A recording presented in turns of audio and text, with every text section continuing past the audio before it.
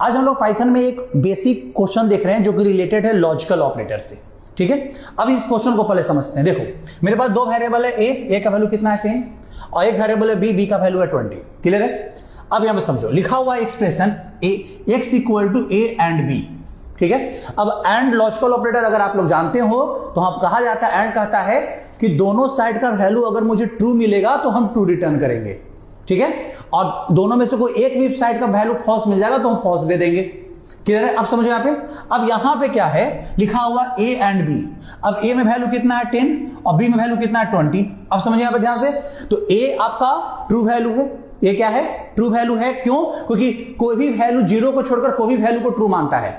ठीक है, तो आपका 10 ट्रू है और अगर 10 ट्रू है तो एंड को ये लगेगा कि अब हमको अपने राइट साइड वाला ऑपरेंड को भी देखना चाहिए कि क्या वो भी ट्रू है, तो उसको जाकर देखेगा तो यहां क्या मिला 20, ये भी ट्रू है। क्लियर है? मतलब ये भी ट्रू मिला, ये भी ट्रू मिला।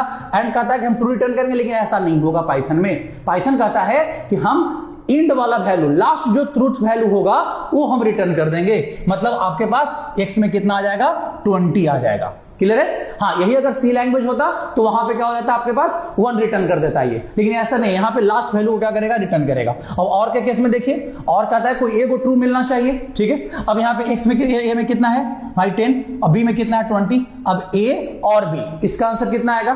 तो ए को और को ए का वैल्यू पहला मिला 10 एक ट्रू वैल्यू है। क्लियर है? जब ट्रू वैल्यू मिला तो और बोला कि भाई इधर जाकर हमको राइट साइड वाले ऑपरेंड को देखने की जरूरत ही नहीं है, बिकॉज हमको पहला वैल्यू ट्रू मिल गया और हमें ट्रू के लिए एक ही वैल्यू ट्रू चाहिए, इसलिए वो फर्स्ट जो ट्रू वैल्यू मिलेगा वो रिटर्न कर देगा। मतलब यहां आउटपुट कितना आ जाएगा 10, मतलब आपका फाइनल आउटपुट कितना आ जाएगा, एक्स का वैल्यू 20 और वाई का वैल्यू कितना आ जाएगा 10। क्लियर है?